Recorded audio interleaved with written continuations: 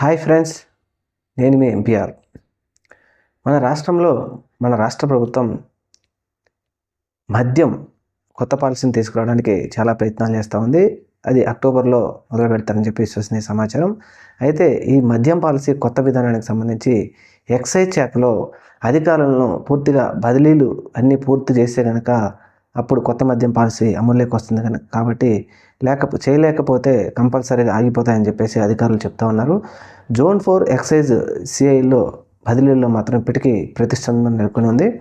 రాష్ట్రంలో ఇప్పటికీ విశాఖ, నెల్లూరు, కృష్ణా 3 జోన్లలో బదిలీలు మాత్రం పూర్తి చేశారు.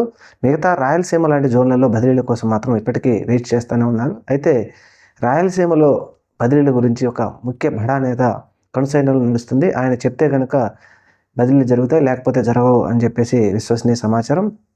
అయితే ఇక్కడ మంత్రులు, ఎమ్మెల్యేలు కూడా రాయలసీమకు సంబంధించిన ఒక మంత్రి తనకు కావాల్సిన అధికారులని ఎక్కడ కావాలో అక్కడ వేయించుకుంటే కనుక మద్యానికి సంబంధించి అనుకూలించిన రేటుతో మనం అమ్మగలుగుతాం, లేకపోతే లేదన్నట్టుగా మంత్రులందరూ సిఫార్సు చేస్తూ ఉండడంతో అక్కడ నియోజకవర్గాల్లో ఉన్నట్టు ఎమ్మెల్యేలు మా నియోజకవర్గంలో మంత్రుల పెత్తనం ఏమిటి, ఎక్సైజ్ అధికారుల బదిలీలు కూడా వీరు ఏలు పెడతారా అని చెప్పేసి గొడవలు జరుగుతున్నాయని చెప్తా ఉన్నారు.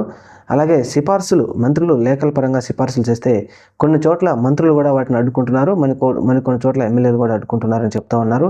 ఏది ఏమైనప్పటికీ కొత్త మద్యం పాలసీ అమల్లోకి రావాలంటే ఇది ఒక పెద్ద తలకాయ నొప్పి అయిపోయింది ఎక్సైజ్ శాఖ అధికారులకి.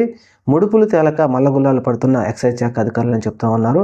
మరి ఈ విషయాలన్నీ తెలుసుకొని రాయలసీమలో ఎప్పుడు ఈ అధికారులను బదిలీని ప్రభుత్వం క్లియర్ చేస్తుంది, లేకపోతే ప్రభుత్వ బడా పెద్దలు చెప్పుకోకపోతే ఈ ఎక్సైజ్ శాఖను ఎలా వదిలేసి యథావిధంగా ఇప్పుడు ఎలా ఉన్నారో అలానే బదిలీలు చేయకుండా వదిలేస్తారా, లేకపోతే బదిలీ చేస్తారా అనేది విశ్వసనీయ సమాచారం ఇంకా తెలియలేదు. Thank you. మన ఛానల్ని తప్పకుండా సబ్స్క్రైబ్ చేయండి.